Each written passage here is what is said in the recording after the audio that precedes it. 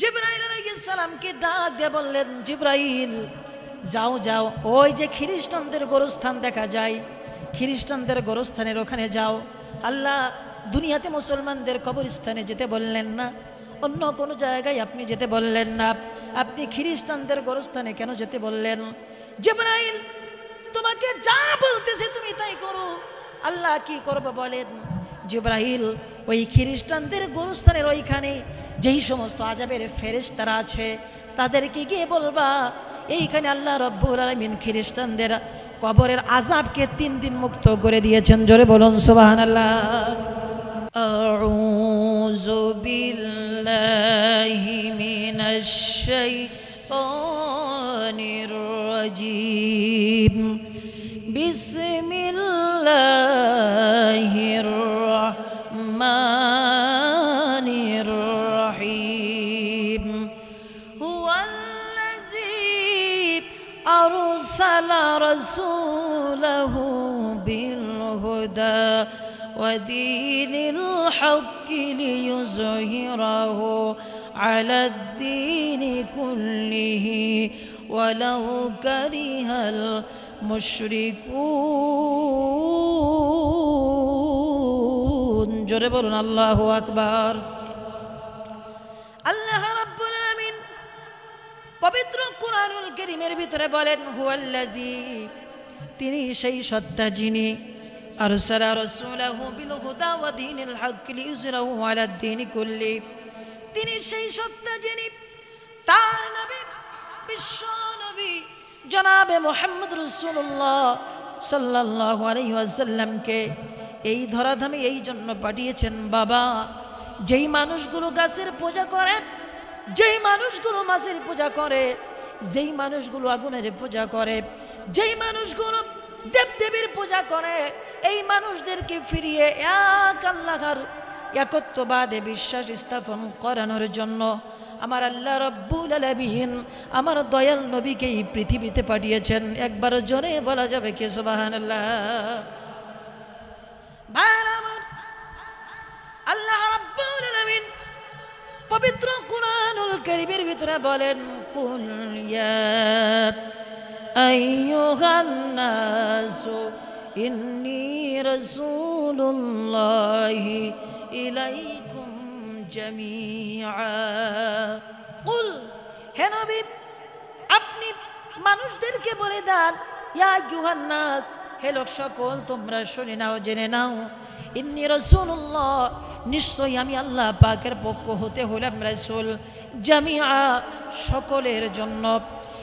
পৃথিবীতে হযরতে আদম আলাইহিস সালাতু ওয়াস সালাম থেকে নিয়ে আমার নবীজির আগ পর্যন্ত যত নবী এবং যত রাসূল আগমন করেছেন বাবা, প্রত্যেকটা নবী প্রত্যেকটা রাসূল শুধুমাত্র কেবলমাত্র একমাত্র এই দুনিয়ায় মানুষের জন্য নবী, এই দুনিয়ার জন্য নবী, অন্য কোনো জগতের জন্য নবী না, অন্য কোনো জাহানের জন্য নবী না, রাসূল না, শুধুমাত্র এই দুনিয়ায় মানুষদের জন্য নবী এবং রাসূল। ভাইরা আমার, এই পৃথিবীতে প্রথমে একজন নবী আগমন করেছেন বাবা, যেই নবীর নাম হলো আদি পিতা হযরতে আদম আলাইহিস সালাম। তিনি শুধুমাত্র এই দুনিয়ায় মানুষের জন্য নবী, অন্য কোনো জগতের জন্য নবী না, আকাশের নবী না, বাতাসের নবী না, গাছের নবী না, মাছের নবী না, জিনদের নবী না, ফেরেশতাদের নবী না, শুধুমাত্র কেবলমাত্র এই দুনিয়ায় মানুষের জন্য নবী এবং রাসূল। তারপরে আগমন করলেন তার ছেলে হযরতে শীস আলাইহিস সালাম, তিনিও শুধুমাত্র এই দুনিয়ায় মানুষের জন্য নবী, অন্য কোনো জগতের জন্য নবী না এবং রাসূল না। এরপরে আগমন করলেন তার ছেলে হযরতে নূহ আলাইহিস সালাম, তিনিও শুধুমাত্র এই দুনিয়ায় মানুষের জন্য নবী, অন্য কোনো জগতের জন্য নবী না এবং রাসূল না। এইভাবে করে করে করে করে আমার নবীজির আগ পর্যন্ত ঈসা আলাইহিস সালাম পর্যন্ত যত নবী এবং যত রাসূল আগমন করেছেন বাবা, প্রত্যেকটা নবী এবং রাসূল শুধুমাত্র এই দুনিয়ায় মানুষের জন্য নবী, অন্য কোনো জগতের জন্য নবী না এবং রাসূল না। কিন্তু আল্লাহ রাব্বুল আলামিন জামিয়া দ্বারা এখানে দুনিয়ার মানুষদেরকে ডাক দিয়ে বলতেছেন, ওগো দুনিয়ার মানুষ শুনে নাও, জেনে নাও আমার নবী হইল আকাশের নবী, আমার নবী হইল জমিনের নবী, আমার নবী হইলেন মাছের নবী, আমার নবী হইল গাছের নবী, আমার নবী হইল জিনদের নবী, আমার নবী হইল ফেরেশতাদের নবী, আমার নবী হইল পশু পাখির নবী, আমার নবী হইল মানুষের নবী, আমার নবী হইল পশু পাখির নবী।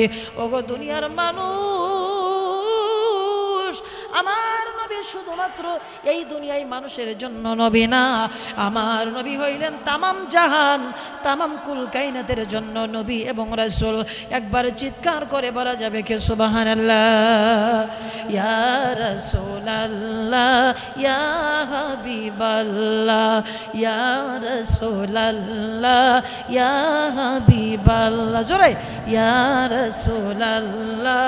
পাই যদি নবী গো আপনার দিদার, মৌতের যাতনা থাকিবে না আমার, দয়া যে করিয়া দিও গো দিদার, দয়া যে করিয়া দিও গো দিদার। ইয়া রাসূলাল্লাহ, ইয়া হাবিবাল্লাহ, ইয়া রাসূলাল্লাহ।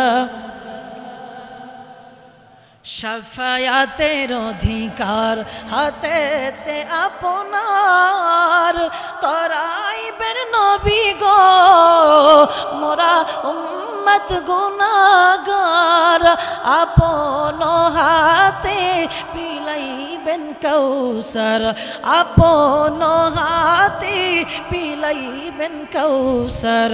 ইয়া রাসূলাল্লাহ, ইয়া হাবিবাল্লাহ, ইয়া রাসূলাল্লাহ, ইয়া হাবিবাল্লাহ। একবার জোরে জোরে বলা যাবে কি সুবহানাল্লাহ।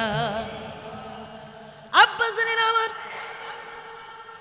এই নবীজি শুধুমাত্র মানুষের নবী না, এই নবী হইলেন তামাম জাহান, তামাম কুল কায়নাতের জন্য নবী এবং রাসূল। ভাইয়ের আমার, এই নবীজিকে যদি অন্তর দিয়ে ভালো না বাসি, মহাব্বত না করি, নামাজ পড়তে পড়তে কপাল যদি কালো হয়ে যায়, রোজা রাখতে রাখতে যদি চিকন হয়ে যায়, যদি অন্তরের ভিতরে নবীজির ভালোবাসা মহাব্বত না থাকে, আল্লাহর কসম করে বলি বাবা, আপনার আমার নামাজ, রোজা, হজ, যাকাত কোনো কিছুই আল্লাহর দরবারে কবুল হবে না, হবে না, হবে না।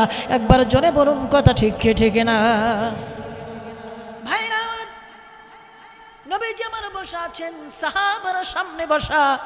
নবীজি আমার হাদিস বলতেছেন, লা ইউমিনু আহাদুকুম হাত্তা আকুনা আহাব্বা ইলাইহি মিন ওয়ালিদিহি ওয়া ওয়ালাদিহি ওয়ান নাসি আজমাইন।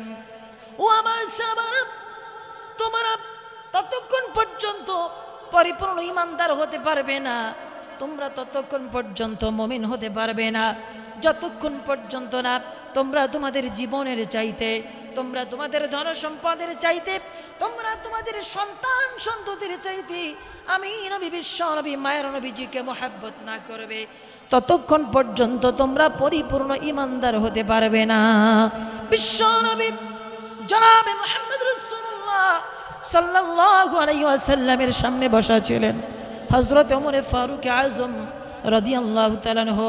হযরত ওমর আমার মায়ার নবী, দয়ার নবীজিকে ডাক দিয়ে বলতেছেন, ইয়া রাসূলুল্লাহ, ইয়া হাবিবাল্লাহ, আমি ওমর আপনি নবীকে একটা কথা বলতে চাই। ওমর, কি বলবা বলো? হুজুর, আমি ওমর আপনি নবীকে অনেক ভালোবাসি, আমি ওমর আমার ধন সম্পদের চাইতেও আপনি নবীকে বেশি ভালোবাসি, আমি ওমর আমার সন্তান সন্ততির চাইতো আপনি নবীকে বেশি ভালোবাসি, কিন্তু নবী আমি ওমর বলতে চাই আমার জীবনের চাইতেও বেশি ভালোবাসি না। এই কথা যখন বললেন হযরত ওমর, আমার নবী হযরত ওমরকে ডাক দিয়ে বলেন, ওমর শুনে নাও, জেনে নাও, তুমি এখনো পর্যন্ত পরিপূর্ণ ঈমানদার হতে পারো নাই, মুমিন হতে পারো নাই। কারণ হলো তোমার জীবনের চাইতে আমি নবীজিকে এখনো ভালোবাসতে পারো নাই। হযরত ওমর কিছুক্ষণ চিন্তা করলেন, চিন্তা করে করে আমার মায়ের নবী, দয়ার নবীজিকে ডাক দিয়ে বললেন, ইয়া রাসূলুল্লাহ, ইয়া হাবিবাল্লাহ, ওগো মায়ের রাসূল, ওগো নবীজি, আমি ওমর এখন বলতে চাই, আমি ওমরের জীবন জীবনের চাইতে আপনি নবীকে আমি ওমর এখন বেশি ভালোবাসি। একবার আওয়াজ করে বলা যাবে কি সুবহানাল্লাহ? ভাইরা আমার, বিশ্ব নবীর ভালোবাসি আমরা মন দিয়া, যে মন দিয়ে আমরা ভালোবাসি, আমরা নিজেদেরকে আশিক রাসূল দাবি করি কেন? কারণ নবীজিকে ভালোবাসি তাই। নবীজিকে যারা ভালোবাসে তারা হলো আশিক রাসূল। আশিক রাসূলের ভালোবাসার দাম আল্লাহর দরবারে আছে না নেই? আছে। আল্লাহ রাব্বুল আলামিন জিবরাইল আলাইহিস সালামকে ডাক দিয়ে বললেন, জিবরাইল যাও যাও, ওই যে খ্রিস্টানদের গোরস্থান দেখা যায়, খ্রিস্টানদের গোরস্থানের ওখানে যাও। আল্লাহ দুনিয়াতে মুসলমানদের কবরস্থানে যেতে বললেন না, অন্য কোনো জায়গায় আপনি যেতে বললেন না, আপনি খ্রিস্টানদের গোরস্থানে কেন যেতে বললেন? জিবরাইল তোমাকে যা বলতেছে তুমি তাই করো। আল্লাহ কি করবে বলেন? জিবরাইল ওই খ্রিস্টানদের গোরস্থানের ওইখানে যেই সমস্ত আযাবের ফেরেশতারা আছে তাদেরকে গিয়ে বলবা, এইখানে আল্লাহ রব্বুল আলামিন খ্রিস্টানদের কবরের আযাবকে 3 দিন মুক্ত করে দিয়েছেন। জোরে বলুন সুবহানাল্লাহ। ভাইরা আমার, জিবরাইল আলাইহিস সালাম বলেন, আল্লাহ খ্রিস্টানদের আযাব আবার কেন 3 দিন ছুটি দেওয়া হবে? যদি মুসলমান হতো তাহলে মানতাম। খ্রিস্টান এই বাটপারদের একটারও তো ঈমান নাই, তারা তো কাফের, এরা তো মুসলমান না, কেন তাদের কবরের আযাব 3 দিন বন্ধ থাকবে? আল্লাহ বলে, জিবরাইল তোমাকে যা বলতেছি তুমি তাই করো, চলে যাও। জিবরাইল আলাইহিস সালাম চলে গেলেন, গিয়ে খ্রিস্টানদের গোরস্থানে যেই আযাবের ফেরেশতারা আছে তাদেরকে গিয়ে বললেন, আল্লাহ রাব্বুল আলামিন বলেছেন এইখানে আযাব 3 দিন ছুটি থাকবে আজকে থেকে, 3 দিন পরে আবার আযাব শুরু হয়ে যাবে।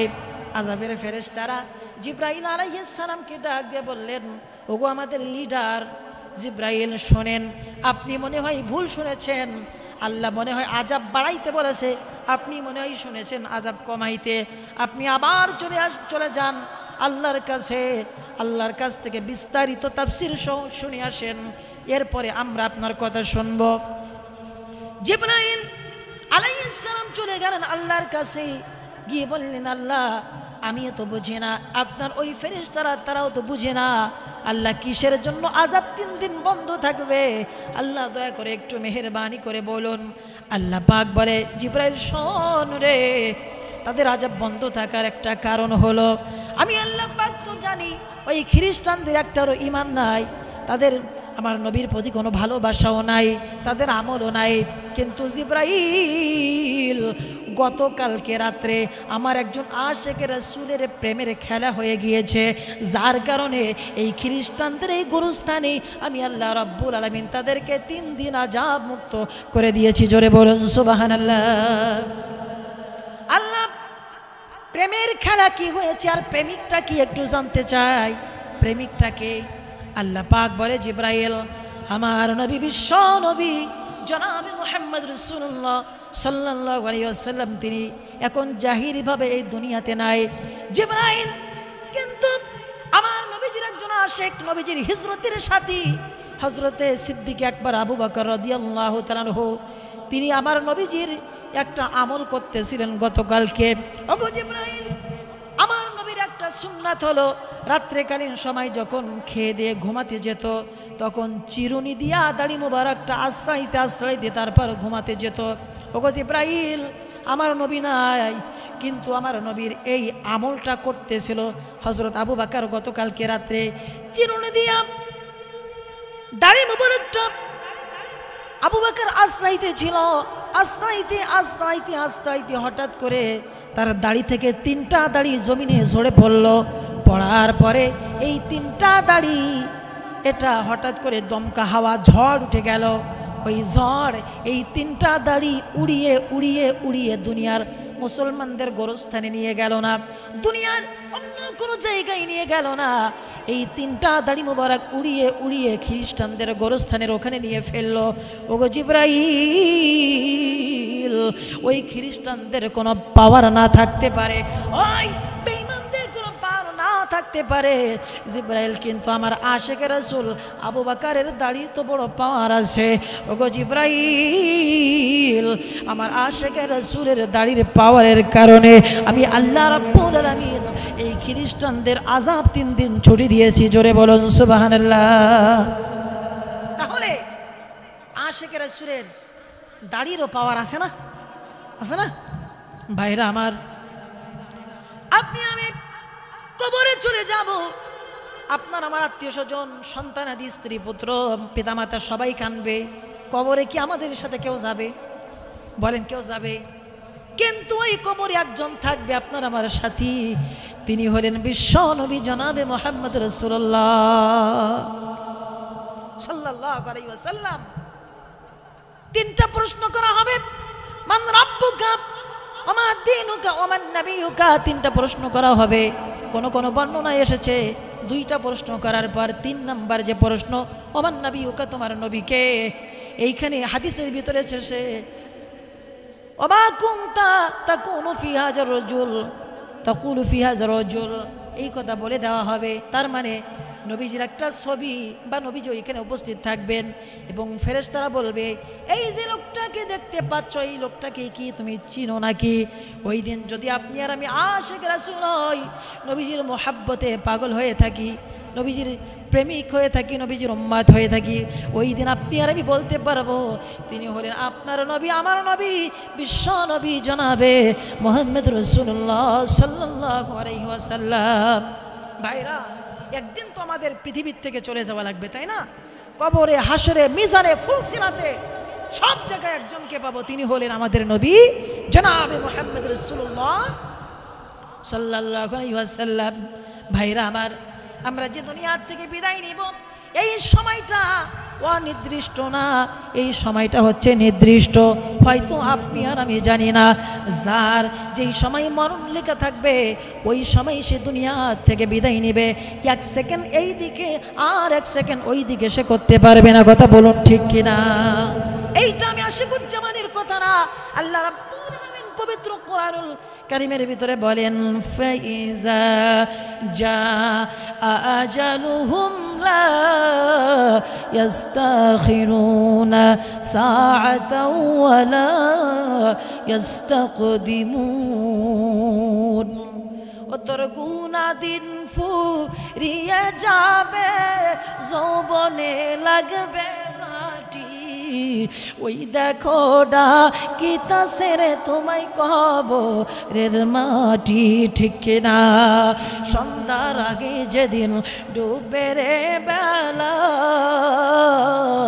এক নিমিষে ভাঙবে রে তোর রঙেরই মেলা। ও তুই কারে দিবি জোরে ধমক, কার মাথায় ভাঙবি লাঠি, ওই যে দেখো ডাকিতেছে রে তোমায় কবরের মাটি।